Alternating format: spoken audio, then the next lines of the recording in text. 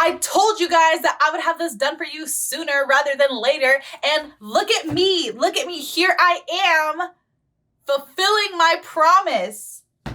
It's being done. We're on part 2 already. I would presume that by the time this comes out, I just released part 1 like last week, so y'all didn't even have to wait 3.5 months like you normally do. Everybody say thank you, Skitten.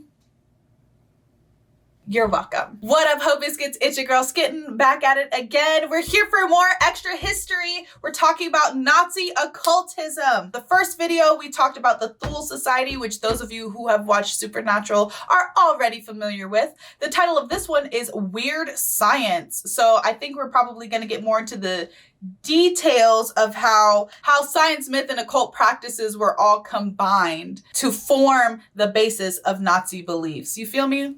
Y'all feel me. Y'all feel me. I hope you guys are doing well. I hope you guys are staying safe and sanitized. Make sure you're putting on SPF, drinking water, and eating vegetables because you're grown. You have to eat your vegetables. Eat your vegetables! I'm super excited to see what this video has in store for us, so without further ado, let's go ahead and get started. The university students gather in the plaza, shouting, laughing, singing, as the chest-high pile of books burn. A brass band plays. Each volume has been labeled un-German, degenerate, or counter to Nazi ideals. Uncool. Leftist texts, Marxist texts, feminine texts, plays and poetry by Jewish people, books by pacifists or that portray war negatively like All Quiet on the Western Front. They even burn Helen Keller's books, because those argue for the humanity of the disabled. But they also burn scientific and medical texts. They throw Einstein and Freud on the bonfire, along with books by physician Magnus Hirschfeld, whose research library at his Institute for Sexual Research was the first ever burned. Mainstream science, the party believes, is too Jewish. The Nazis have their own science, you see. Science that is far more attuned to their beliefs. Weird science that's not really science at all. Pseudoscience.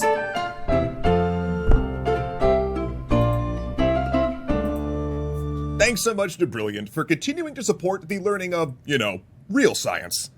When we last left off, Hitler had just entered the orbit of the German Workers' Party, a right-wing working class group formed by ex-Thule Society members. But he considered the party a bit of a joke, a committed atheist. He had little patience for the slipshod way it was run, and the absurd astrological and esoteric beliefs some of the members displayed, scoffing at the Thule Society as a tea club. Mind you, all the disdain he has for these people, but he does not let that stop him from using them to get to where he wants to go. Sounds kind of familiar. Of course, that didn't mean he rejected their nationalism, anti-Semitism, and folkish ideas. Like I In said. fact, his first notable act at a party meeting was to deliver a passionate and electrifying speech about the importance of uniting his native Austria and Germany into a greater political ethnic entity. And within the next few years, he rose in prominence, dispatching leadership rivals and centering more of the party's operations and goals around himself. Where have I seen that tactic recently? Now, when you say dispatching, do you mean like, or do you just mean like, we smack each other in the press and we don't print retractions, that kind of thing? Where have I seen that tactic recently? I don't know. Anyway, yet in that time, when he ditched so many early aspects of the party and reinvented it, he never cleaned house on the occultists and astrologers who'd staffed its early membership. On the contrary, the party actually sponsored solstice festivals in 1920 and 1921, dedicated to Baldur the sun god and his son, Siegfried. The party newspaper ran articles claiming the cries of the Weimar Republic were foretold in Scandinavian sagas, and the newspaper's rhetoric increasingly spoke of communists as demons and Jews as vampires, trading on supernatural imagery. It intentionally courted and attracted the Ariosophists, adopting their eugenic tenets of protecting the Aryan race by banning interracial marriage, engaging in selective breeding, and eliminating or sterilizing racial or religious minorities and those with different bodies. All of this with the goal to create pure blood, which was really more of a spiritual concept than a scientific one, related to theorists who claimed humans were part animal, part angel, and that Nordic people had a greater proportion of angelic heritage, or else were part of a vanished alien super race from Atlantis. Now, stopping for a second, if this all sounds a little sci-fi fantasy to you, there's actually a very good reason for that. See, Weimar Germany was awash in what we'd now refer to as pulp fantasy and science fiction. Okay. Much of it involving tales of blonde Germanic supermen battling enemies clearly coded as leftist and Jewish, some of which took place in the ancient past, some in space. And as the party grew, it subsumed many of those writers into its propaganda machine, utilizing their sci-fi and horror talents into helping craft the image of the Nazi party and its foes. Everything is political. Everything is political. That's why when people are like, oh, keep politics out of this, keep your beliefs out of this, it's literally impossible to do so. That is how media works.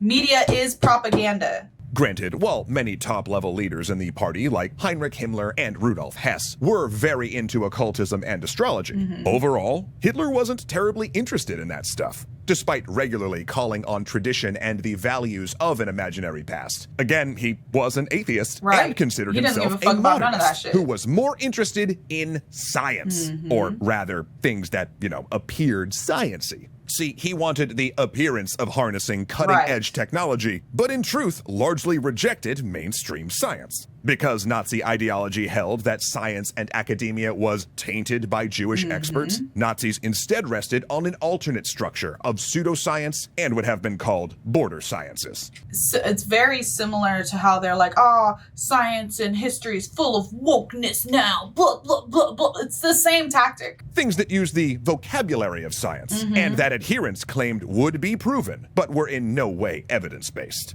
A great example is world ice theory that we mentioned last episode. The belief that the Earth had ice moons orbiting it in the past, and these had eventually smashed into the planet, triggering different epochs. As late as 1942, Hitler gave an interview personally endorsing the idea, going on to say that legends of cosmic cataclysm, such as Atlantis or Norse tales of gods battling ice giants, are only explicable if a disaster had destroyed an ancient culture with, quote, a high degree of human civilization. But this went far beyond world ice theory. The Nazis endorsed and even researched techniques such as dowsing, astrology, and homeopathy. In fact, many of these border sciences interacted with health, since along with science, they rejected mainstream medicine as well. This included stuff as wacky as magnetic therapy and spirit diagnosis, but also fairly reasonable practices like organic farming, anti-smoking campaigns, and vegetarianism. Golly, they got me with the anti-smoking thing, guys,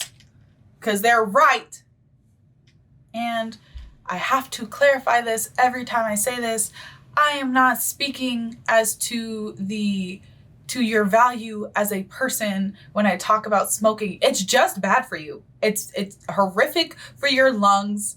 It's bad for the people around you. Like, please, and it smells bad. Okay. And I'm also, just to clarify, as I always have to, I am not speaking about marijuana, even though I also think that marijuana stinks. I'm gonna just be so real with y'all. I think that shit smells like ass.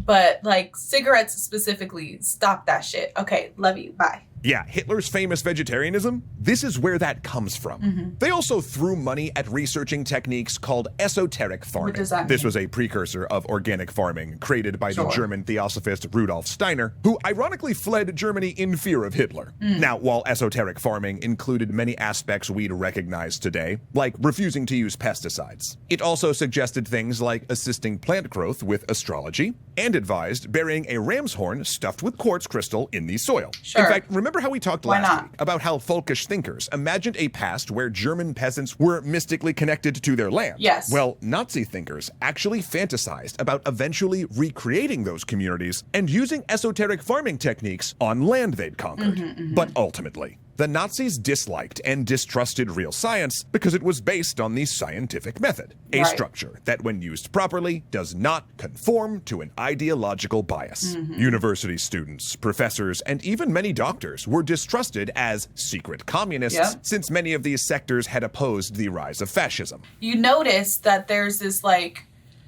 and it's something that I experienced with my parents specifically. Like, there's this whole thing about like, oh, all these kids grow up with the proper values and then they go to college and they become woke. these colleges are all woke. These professors are all woke. The teachers are woke. Education is woke. You know, they're indoctrinating our children. It's not a new argument, and it's not a new sentiment coming from far right-wing people. Science and education are anathema to ideologues. That's just how it works. You can't have people thinking for themselves. You can't have people learning about like the pros and cons of things. You can't have people learning that what you're saying isn't true, isn't based in fact or logic. Similarly, the Nazis drove out prominent Jewish and leftist academics, creating a brain drain that ensured the country's scientific strength was severely weakened. This had a particularly disastrous impact on German physics, since several prominent physicists like Albert Einstein and Max Born were Jewish. Ironically, the flight of German physicists would ensure that Nazi nuclear research lagged behind the Allies and mostly focused on reactors for generating power. However, border sciences, like world ice theory, were more malleable, easier to bring inside the fold, but still seeming in the moment enough to give a gloss of modernism. Remember, Hitler desperately wanted his regime to be seen as modern, and he was well aware that his anti-Semitic policies appeared medieval. Religious persecution, laws against intermarriage, and ghettos had quite literally been practiced for centuries in Central Europe. Not new. And internationally, they were called out as such. As a result, when trying to define Jewishness legally ahead of the Nuremberg laws, Hitler was desperate to find a standard other than religious practice that would separate Jews from Aryans. And he couldn't find one. From blood tests to facial measurements, it quickly became clear that there was no way you could just throw a measuring tape around someone's skull and tell biologically if they had Jewish heritage. He finally had to give up and simply make the test.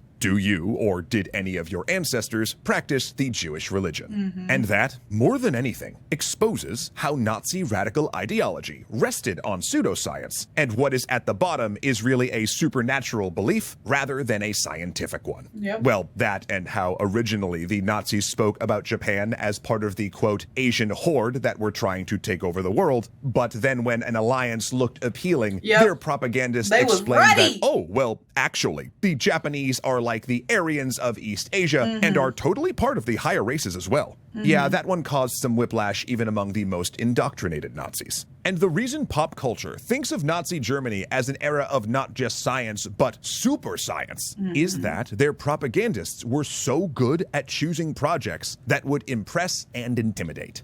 The V-2 rocket, the battleship Bismarck, the first jet used in combat. Many of these were termed wonder weapons, stuff pulled directly from science fiction, which newspapers and radio broadcasts touted as being able to turn the tide of the war. Of course, they couldn't. The Bismarck sank on its maiden voyage. V-2s were random unguided weapons that terrified civilians, but had near-zero military utility. And the Me-262 jet? Well, America also had jets, but they weren't desperate enough to risk them being downed and captured. The German miracle weapons, by contrast, really existed largely as a way to convince the German public that their government was capable of great things, it's shock and selling awe. the myth of scientific achievement while ignoring the fundamentals. Ultimately, that tendency toward grandiose claims substituting for actual reality would arguably lose them the war, with Hitler getting high on his own supply, thinking that not only could he invade and occupy the Soviet Union, but simultaneously fight the United States as well. However, in this venture, science was not the only thing the Nazis would turn against. Plus, it's not like weird science is a thing of the past, right? Today, we're still inundated with bad sources informed more by ideology. She blinded me with science. She blinded me with science. Pseudoscience, that is. As usual, fascinating and fantastic breakdown of how the science that the Nazis practiced was not real science. Every time someone quotes Nazi scientific research, it wasn't science. It was never science. They never actually wanted science. They wanted the appearance of science, okay? But they didn't actually want people. Obviously, I am not talking to y'all because y'all are sensible. I think there's like 3 more videos in this series, so I'm really fascinated to see how much more in depth we get. It says that the next episode is Hitler versus magic. And so I'm really interested in that, because as they keep reminding us, Hitler was an atheist. He didn't believe in none of this shit, okay? And really, this man was just interested in furthering his agenda. You know what I mean? And I feel like people forget that. That's all he wanted to do, was further his agenda. Don't forget to leave your reaction requests and recommendations down in the comments below. And other than that, peace out, Ho Biscuits. It's Skittenlit.